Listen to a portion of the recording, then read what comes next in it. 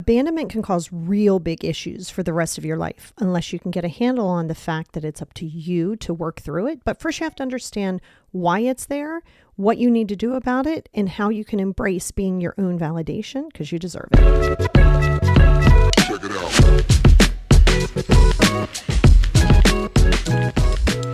Hey, everybody, and welcome back to the Positivity Experience. It's your girl, Lori, and I am so excited that you are here. It is spooky season. It is spooky week. Yay, me. This is my favorite time. You know, these are the 3 months that I look so forward to, and you guys know this, and I live 10 months waiting for these months. So I'm excited. I hope that you guys are enjoying the month of October, no matter where you are. Sometimes it's warmer, sometimes it's colder. So I'm just excited that you're here. And I am so excited to talk to you about this topic. I have talked to you about this before.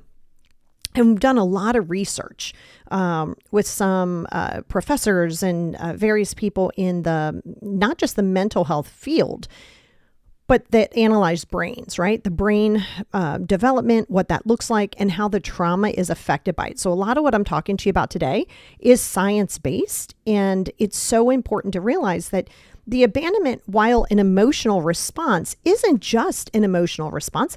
There's actually a science-backed reason as to what happens and how it affects your amygdala and basically how you can start to rewire that. I am going to have a worksheet over on Patreon.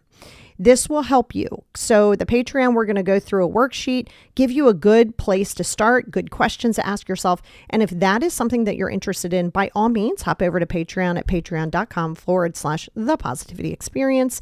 And I think that will be helpful if you're not sure where to begin. So I really want to talk to you about abandonment, but before I go into all of the science and kind of all of that, I do want to talk to you about my experience a little bit. And, a lot of you know the history with the sexual abuse that I endured early on as a child, and my mom being ill for most of my life until she was, I was almost 14 when she passed away. So there was a lot, my brother and sister were on drugs and everything was happening. And I felt abandoned. I didn't know. Let me rephrase that. I didn't know I felt abandoned. Because, it's not like at 8, you're like, well, here I go. I'm feeling abandoned. You're looking at the knowledge you have now. But when you're younger, you don't know. You don't even know what you're feeling. You don't even know what you're processing to feel. You just know that, oh my gosh, there's no Instagram, right? Growing up, there's no Instagram, there's no TikTok, there's none of that, no podcasts. So you're kind of left with these ideas that, relationships are a certain thing and it's supposed to be a certain way. And why is it not this way? And what is wrong with me? And that's how we start getting to the place of blaming ourselves. We really do blame ourselves, or at least I should say I blamed myself, but didn't know I was doing that either. And I think that's the chaos that comes into your mind. Now you look at it and go, abandonment issues. At 8, you don't know what you'll know you're a people pleaser. And so you're stuck with this mental prison to not know what to do and where to go. So let's talk a little bit about that. What is it? Okay, common sense. You're like, oh, I know what abandonment is, but it's an emotional and physical withdrawal of love, care, or presence. Okay, now it could be all of those things. Love and care or presence. So think of feeling abandoned when a parent really had to work a lot. Okay, now this isn't necessarily the parent's fault. It's not an intentional thing. This is a parent's job that is maintaining the household. They're doing the best they can with what they have. That doesn't mean that you don't feel how you feel because they're not present. They're not present for being at home or your games, stuff like that. And even though it's not blatant abandonment, it can become problematic because now you're looking for validation if you're doing something, or if you're experiencing something fun and you want to share with this person, and then you automatically assume they're not going to be here. So it isn't just basic what we know as abandonment as personal abandonment. That's not what it is. Now it doesn't even have to just occur in childhood. Nope. This can, parent rejection. We know that. A passing. I felt abandoned when my mom passed away. Yep, I did. I had no idea what I was experiencing. I had no idea that I had all of these emotional traumas. I did not know, but I know at that moment, I felt like the moment she was off this planet, that my life went to hell because it was not stable. After that, that's when dad sold a house and he was with a girl who had drug problems and we ended up living in a van. I mean, like all of these things that are out of your control. So a lot of times when we look and we say, man, this person leaving has now ruined my whole life. Now, of course, that sounds dramatic, but that's how you feel. That's how I felt, I should say. And I think that that's where you have to come in and you have to remember that it really feels like being left alone without the necessary emotional support. And this triggers this feeling of unworthiness or just being unlovable. But again, I'm talking about more or less in your childhood. You don't realize this. So your body is holding all of this and you just want attention. You just want affection, which going forward, as you grow up and as you do those things, this is where you're looking for relationships in some of the wrong places. You're looking past red flags because you're like, this person's giving me attention. This is where you'll see a lot of narcissists will glom on to someone that they know have abandonment issues because they can breadcrumb and they can give them just enough to feel valid, but then at the same token, reiterate the need of feeling abandoned. Like it's kind of a real screwed up thing that happens. But it happens in multiple reasons. Like I said, you have your unmet needs, your neglect, your unpredictable caregivers. That's another thing. I had an alcoholic dad. I know a lot of you have had alcoholic parents or people, like I said, who were kind of in and out, or you had to gauge, like at least with my dad, and even that wasn't real consistent, but I knew there was a certain point to where I could ask my dad for money or something nice, like something, but it was a small window. It was like that buzzed window, but then it wouldn't always work that way. So then you're dealing with inconsistency. And I say that because that's how you end up walking on eggshells. Now there's adult relationships that become abandonment, feelings of abandonment too. Divorce, breakups, ghosting, okay? Or emotional distancing. All of those things can lead to abandonment. Now I got to tell you, I have a little different view on ghosting. I'm not asking people to go ghost people. But when you start taking that on as personal, like you're being abandoned, just remember that that person is demonstrating that they do not have the mental capacity or the emotional intelligence to sit down and have a conversation with you. Absolutely. You want to be very careful of that. You also have your generational traumas, and that's some abandonment patterns that run through families. This is that ancestral traumas that we talk about. Or you're like, damn, my grandmother did this. My great grandmother did this. And you're like, I just want to break the cycle. But then you're like, what the hell? I have no idea how to do that. And then, of course, you have your societal influences. If you feel as though you have unmet societal expectations or rejection from peers by hearing the word no, this can lead to feelings of abandonment. So how does this affect the brain and the nervous system? Okay, so this is what I had to start learning. When I was I call it crazy school. I know it's probably not the right thing to say, but I called it crazy school when I was in my 20s or early 30s. When I was an outpatient, right? I never went inpatient, but I was doing some outpatient work. And I was doing it about 3 to 4 times a week. And really started working with some psychiatrists and psychologists. And this is kind of what led me down this experimental educational path that I've been on, which is probably the best education I've ever had in my life, was going through it, experiencing it on the level. I'm not a PhD. I'm okay with that. I have so much knowledge based on the studies that I've done from human behavior and working with top-notch psychiatrists, psychologists who have told me that this is a profession I need to go in based on my experience as well. And so I think that was extremely helpful for me. Now, the brain's responses, you have your amygdala. We know all about the amygdala. It's one of the best things that I ever studied, was learning parts of the brain. And the brain is such a fascinating place. It's so smart, but yet not, right? It's smart. That's how we're talking. That's how we breathe. It's intelligent.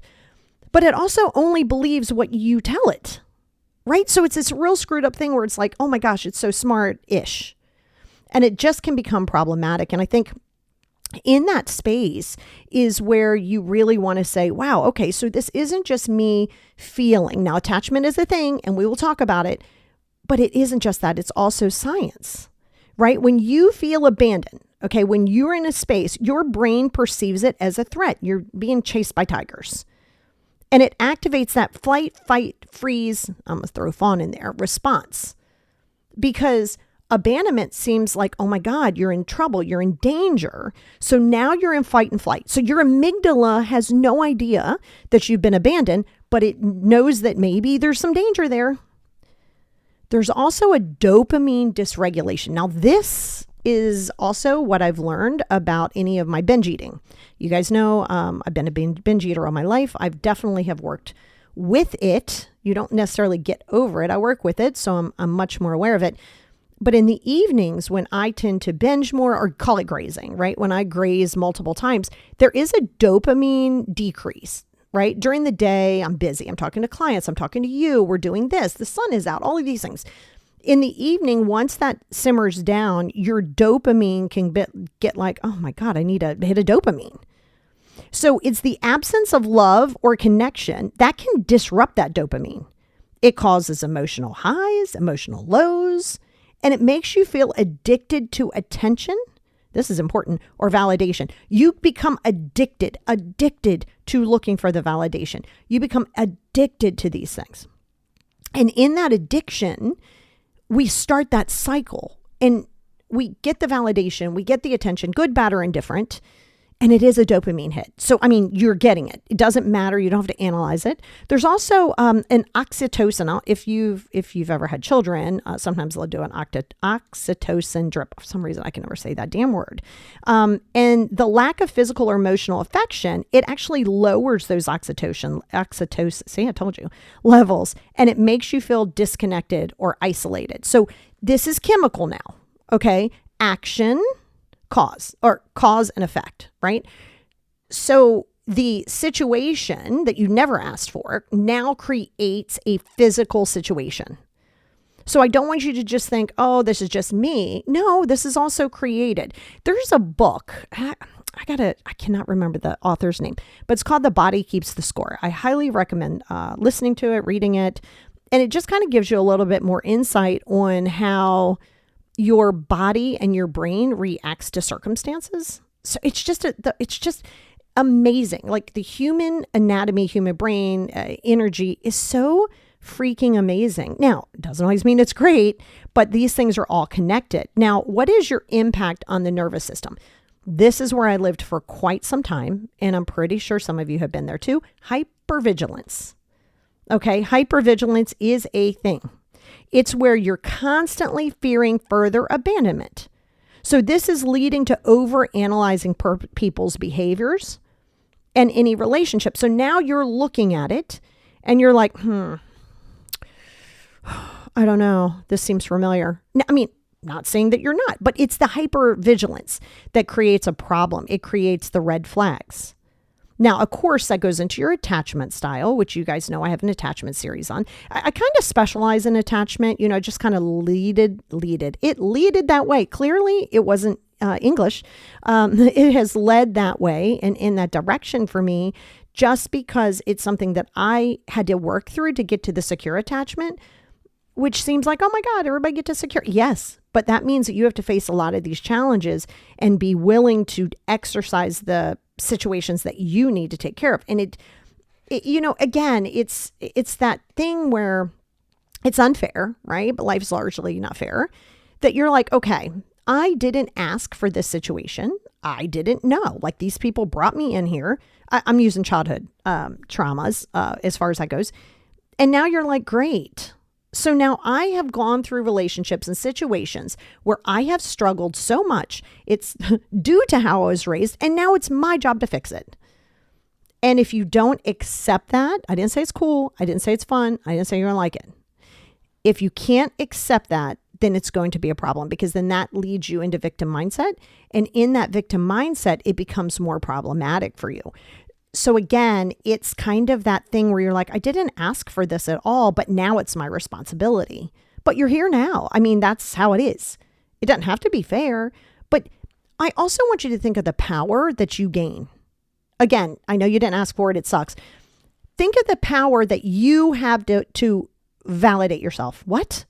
I'd say, I don't think you know how to do it yet, but to validate yourself, it's priceless. Priceless. And you have to remember your nervous system, it will also create chronic stress within your body. Prolonged abandonment. Think about a lot of the people that you see, and I'll talk to you about a little story where my son works.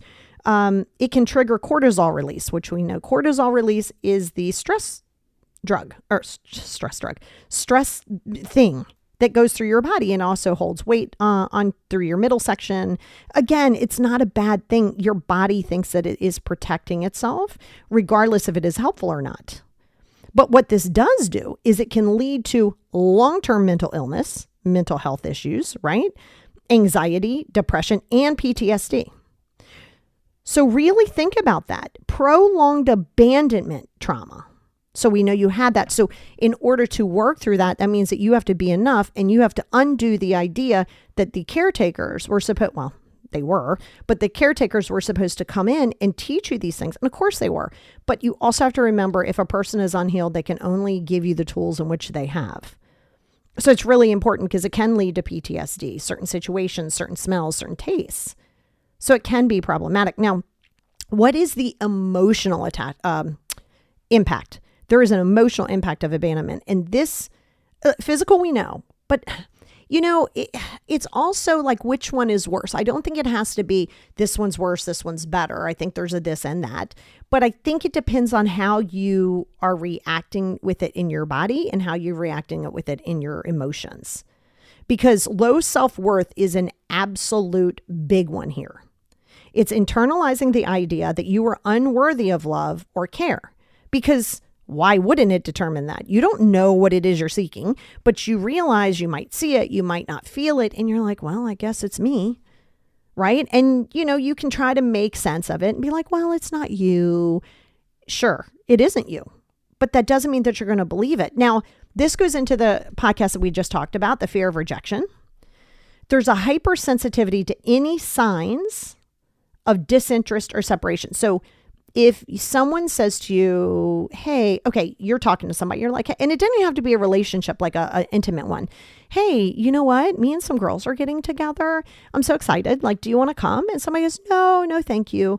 There is a part of you, if you were in this abandonment cycle still, that you're going to feel very personal. It's going to feel very personal. Now you're going to start with, oh my God, are they mad at me? Wait, why are they not coming? I thought we were good. Wait, are we good? So now you're hypersensitive to it because everything is personalized. So now you're taking on the personalization bias. But again, we know why. So it's never to beat yourself up. It's never to do anything like that, ever. What it is, however, is a roadmap to let you know, hey, this is what's going on. It also leads to self-sabotaging behaviors. I did this, and I know a lot of you do this, and a lot of my clients do this. You push people away before they can leave you. Yep. You're like, oh my gosh, I really like this person. Oh, it's going kind of good. No. No. And there's a way of doing that. It can be very subtle too. Like, say you're talking to somebody and you're kind of feeling the vibe and you're there a couple of dates and you're like, I'm just really bad at relationships. I just can't really keep a relationship. So now you're putting this doubt, you're putting this protection in. So if and when the relationship doesn't work, you're like, see, I told you. It's like a confirmation bias.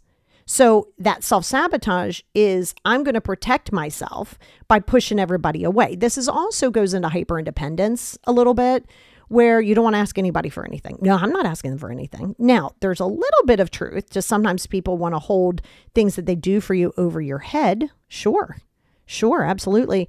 And in that place, you have to say, what is it that I'm grabbing onto? What is it? Why am I taking the crumbs off the table? Because this person is giving me just a little bit of attention. And that's what's going to keep you in a bad relationship or an unfulfilled relationship, because in your mind, it's about the best you're going to get. And again, this is where a narcissist would come in and find that crack in the foundation and walk right into it. That's just where it is. Now there's clinginess and over-attachment, which of course, that's becoming overly dependent on a relationship for validation. a lot of times you'd see this. Now, some of it wasn't just abandonment, but in a younger relationship, even though some people do it now, they get in a relationship and it's like nobody else exists. It's like they've checked out and they need to do everything that the partner wants them to do, or the new person wants them to do. So this is the clinginess, because you're addicted to this little bit of a dopamine boost of like, oh my God, they see me. Oh my God, they like me. Oh my God, I have value. So again, if you know it, then you can see it. If you see it, then you can address it. But you got to be willing to see it too. Because sometimes we look and we don't even realize that that's what it is that we're dealing with. Now, how can you work on it and heal on it? And like I said, we'll go deeper in this on the Patreon, but I do want to give you some really good insight here. You got to show up for yourself.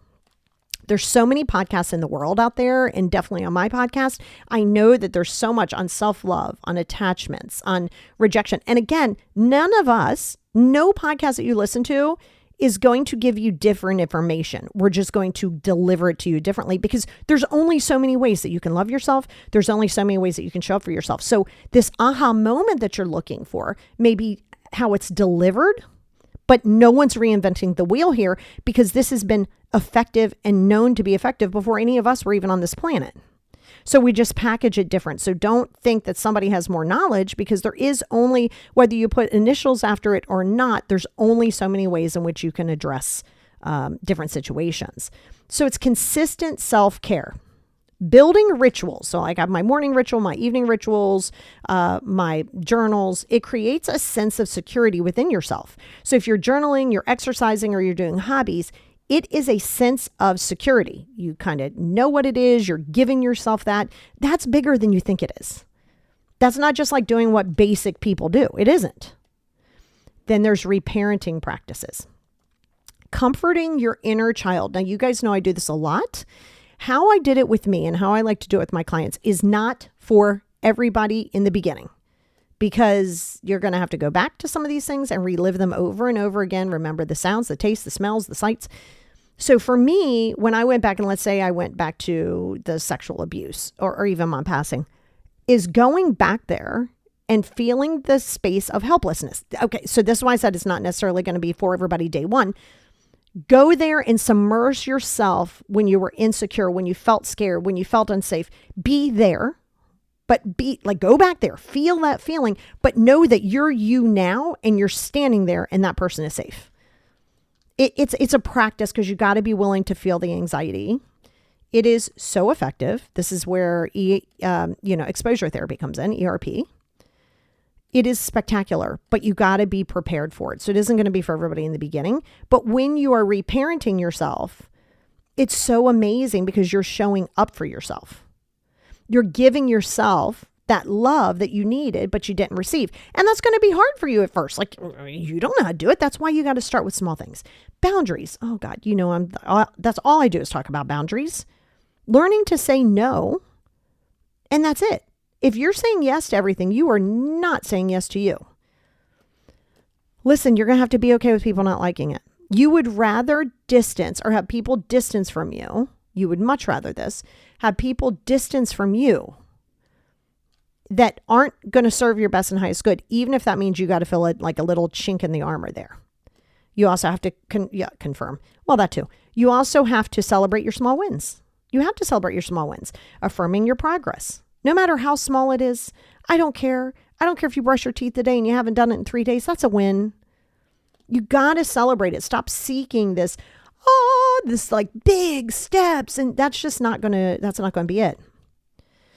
Mindfulness and self-compassion. Now, this was a game changer for me too. A lot of the things that I talked to you about, I've experienced, still experience, and know the effectiveness to it. And it is always based in science. And some of it is based in experience based on science.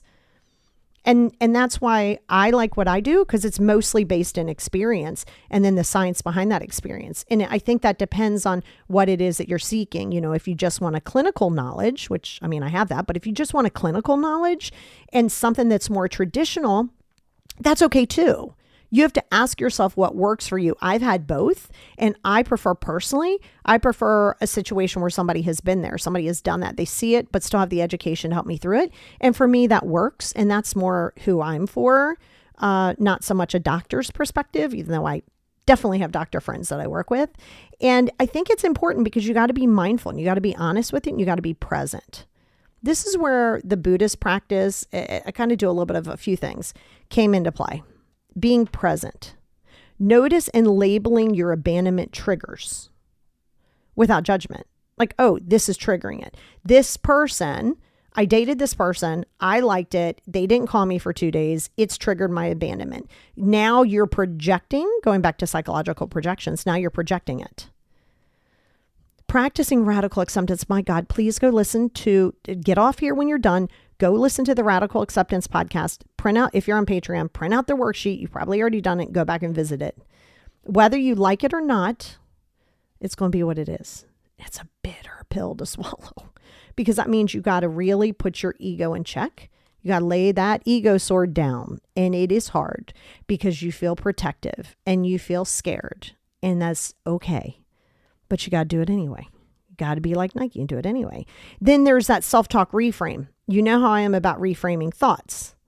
So instead of critical words, you say things like, I am safe. I am enough. I am safe. And I am enough. And that's why I put them on there. They are probably two of my biggest one, but I am safe is probably my biggest one. And I'll do a lot of tapping. EFT is what I was talking about. EFT tapping, where I had to tap that in multiple times. I am safe. I am safe. And in the beginning, you're not going to necessarily believe that. And I think that's another thing for you to be very, very on point with that. Like you're just going to have to be. And if you're not, then you're not showing up for yourself and you're still waiting for somebody else. And that's the other thing. The amount of power that you have by accepting that you have this power, in the beginning, it's going to feel isolating. Okay, it is. It's going to feel like, well, damn it. Why did I do this on myself? Why? Because you're the person who has to show up for yourself. And again, you didn't ask to be there, but you're here now. And you do have the power. Now, you also want to practice meaningful connections. And this is quality over quantity. You don't need 800,000 friends because if you have them, that means that you're saying yes way too much. You want to focus on deep, meaningful relationships instead of many shallow ones. And you're not going to be able to do that till you can go back to the Core Values podcast, listen to the core values, what resonates with you, what is in alignment with you, and then what are you going to do to feel comfortable in that and not chase and attract those people instead or those situations. And it's not going to be overnight. Because then this next word, I know how much you just love so much, and that's allowing vulnerability. Yeah, I know. It's giving people the opportunity to show up for you without expectation. And you don't have to repay them back. But that means you have to be vulnerable. You have to be able to say, all right, God, okay, I'm going to trust this person. And trust and faith are the same things with different labels, right? You can have faith, and you'll see that a lot in more of a spiritual practice, faith and trust, but it's essentially the same exact thing. It really is, right? Because you're asking to trust or have faith in something that you don't know if it's going to be work or whatever. You just have no idea. So I think that's important. Finding a community, but this doesn't mean go out and seek people. Now there are like Match for Friends. There's a few of them. There's one too, and I don't know if it's just local, but getsomecoffee.com or a cup of coffee, something like that, where you can get together with friends, you can reach out to people. And it is good, but you got to be willing to, again, be vulnerable. And don't go into it from a victim perspective looking for a group where everybody is abandoned. Because now each of you are feeding each other. But if you're starting a new hobby, then get into a group of that. That's a really good thing. Learning to regulate your nervous system. This is a little bit more difficult for people who struggle with chronic anxiety. I've had chronic anxiety all my life. And I've learned to just let it come, not fight it. Don't fight the intrusive thoughts. Don't fight the feelings of oh my God, what is happening to my body? And again, it's still a daily practice for me. It really is. It's just I have the tools and I'm implementing it. That doesn't mean it's easy. You just do it. And breath work. You have no idea the power of breath work. It is amazing. And that's why you'll see it a lot in various treatments, especially alternative treatments. Calming your fight or flight response, slowing your breathing, grounding your techniques, putting your feet in the ground, hugging a tree. Body movement, yoga. Yoga is definitely known to be effective. Walking, you can do walking. And it releases this stress and it resets your nervous system.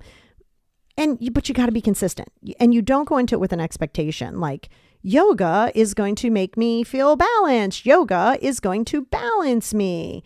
It will down the road, but you're going to have to be willing. Listen, when you first start yoga, first you're like, okay, I can hold these positions. Yeah, you're going to get sore. But it's this thing called, flow. So there's usually like 3 different flows, depending on if you're doing like vinyasa or whatever type of yoga. And there's these so there's systems, right? Okay, go down here, breathe, do this. And it becomes ritualistic like 3 times. And it is so much harder than you think it is. So much harder. And so you're in your brain, you're like, oh my God, this hurts. My arm hurts. Why is this way? I can't hold this position. Oh my gosh, it's hot. Like your brain is going to go through that in the beginning, and you have to be kind enough to yourself to embrace that. You're not going to hit this out the park. It isn't going to happen day one. And of course, journaling, it's effective. That's why I have the 5 journals. There is a reason that the 5 journals are effective. Now, for me, why did I come up with 5 is I have really bad ADHD, anxieties, OCDs, and to dump everything in one place is only taking the chaos from one place and putting it into another. So the 5 journals have been very helpful for me because I'm able to individualize it. And then of course, therapy, coaching, doing stuff. I know a lot of you work with me. Usually there's a team. So it isn't always just one thing or one medicine or one session. It's just, there's usually a multitude of things. So it's I call it a healing team. And why is showing up for yourself so essential? Well, it teaches you self-reliance. And that's going to be hard at first. And this is why I said every choice you make always works out 100% of the time. Just doesn't always work out the way you want it to work out. It may work out in a way that you're like, oh my God, that's a lesson. Why did I do that? But it's okay. It still works out. And it gives you a sense of comfort. But you got to consistently show up for yourself. You're reinforcing the beliefs that you can actually rely on yourself, regardless of what the external circumstances is. Because the reason we glom onto people is we think that we can't do it. And that's not a true statement. The hell, these people don't even know who they are half the time. Don't go leaning on them. It also prevents codependency, right? Yes, we as humans need community. We need interaction, but not at the sake of being codependent on that. By giving yourself that love and validation that you need, you're reducing the tendency to seek it exclusively from others. You really are. This goes into that hyper independent, right? It's a healthy way of being where hyper independence is more like, I don't need anybody. No. We're not doing that, right? There's that thin line. And sometimes when you hear it, you go all or nothing, black and white, no gray. And there is a gray. There's this and this. And I think it's just really important because when you're in that, you can show up for yourself, but then you can allow people to come in and you're not going to be there day one. Just know this. You're not going to listen to this podcast or listen to 56 books and see 67 thought leaders and go through 93 different therapy sessions and just be there overnight. It's just not going to happen. So it also empowers your growth and healing. This whole journey. It's a journey. I know it sounds so cliche. Hey, it's not a sprint, it's a marathon. It's a lifelong process because it is. You're going to hear it all the time. Wayne Gretzky said it, and he was at the hockey team where I live. You miss 100% of the shots you never take. It's the same way showing up for yourself, right? You can't sit there in fear and never take a shot. You're always going to have a hard time with that. And showing up for yourself, right? It takes the responsibility for your emotional well-being. This is a great thing. It's fostering growth instead of, waiting for others to fix things. Think about that. It's fostering growth in that. And when you're seeing that growth and you're watching it and you're experiencing it, you're basically saying, I am responsible for my well-being, which is really good. So if mom doesn't call you on your birthday, you're not giving her that well-being. You're saying, okay, this is my birthday. I'm lucky to be around the sun again. I know it's my birthday. It's just, these are the important things that will come up, and it actually builds trust in yourself. I don't know if you've ever said this, but I know a lot of my clients have said this. I don't know if I can trust myself. Okay. So if you've ever said this to yourself, then this is for you, right? I don't know if I can trust myself, but each time you follow through. So this is where self-discipline must be forefront. Went to the gym this morning. I had no desire to go to the gym this morning. I could have laid in bed another hour and it would have been okay. And I did not, because I had to show up for myself. Did I want to? No, I did not. Did I know that I deserved it? I absolutely did. So I had to jump on board of my self-discipline. Okay. And every time you follow through on your promises to yourself, you rebuild the inner trust that was damaged by these experiences. Healing from abandonment, by the way, it is possible. It isn't ever about preventing people from leaving you, because people are never and can never, ever, ever guarantee you that they're not going to be out of your life. You can't do that. People are not possessions. You don't possess them. You don't own them. So it's not ever about believing people aren't going to leave. That's codependency and attachment, to remain whole, because you don't need that. It's by showing up for yourself consistently, you are cultivating the resilience, the emotional security, and self-love. You're doing that for yourself. So you become your own mother, you become your own anchor, allowing you to engage in relationships from a place of confidence rather than fear. It's possible. I promise you. It's taken me, it took me a long time to get here. A long time. I was that people pleaser. I was that victim mentality. I was a severely disorganized, attached person. I was an outpatient, for goodness sakes. I didn't know up from down. I was in a space that was so dark. And that's why I'm good at my job. Right there. Sure. Learned this about the brain. Sure. Learned this about the amygdala. Sure. I know these things. Sure. You can study them in a book. Have you experienced them? It does matter. It does matter, because you understand which ones work. Just because you have, say, bipolar, and clinically you read da-da-da-da-da-da, some of those things are going to work. I mean, that's why they're in an educational book and you get a degree in it, right? That does not mean that that person knows how to deliver it to understand it. And I think that's where you have to ask yourself, what are you looking for? Do you want familiarity? What is it that you want as far as practicing clinician or someone who has been there, or a combination of the both? But there's a space where you are enough for you. And sometimes you just need a little bit of guidance there. That's all. You're not that lost. I know it feels like you are that lost. I understand. You feel empty. You feel like you're in the bottom of a well and there's no ladder to come out of it. Absolutely. Yep. It's a real ass feeling. But if you stay there and you're looking for the other person or these people to guarantee you, no human can guarantee you that they're not going to go. But just because they go doesn't mean that you're unlovable. It means that people outgrow people. It doesn't mean they're better or worse. People do outgrow certain situations. And I think that's the important factor for you, is allowing yourself to appreciate that, because they're not the only ones. There's no way that you like everybody or feel in alignment with everybody you meet. You don't. There's certain situations, jobs, people, friends that you just grow distance from. That doesn't mean you're better. Just means that you're distant from them. And maybe that's okay. It is okay.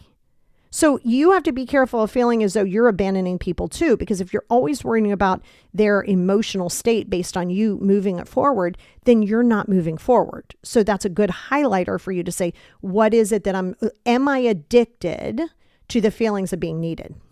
And it's a very important question, but you are capable. My God, you're capable, and you're deserving. Like, you're worthy. You are deserving of this kind of stuff. You owe it to yourself to be that person, even though they never taught it to you. In many ways, if you can look at it from a different mindset shift, the experience that you went through is going to create even more love that you can give yourself. Sometimes, remember, every storm runs out of rain, right? You can't have a rainbow without rain. You just can't. So sometimes you have to go through these deep, dark times and spaces.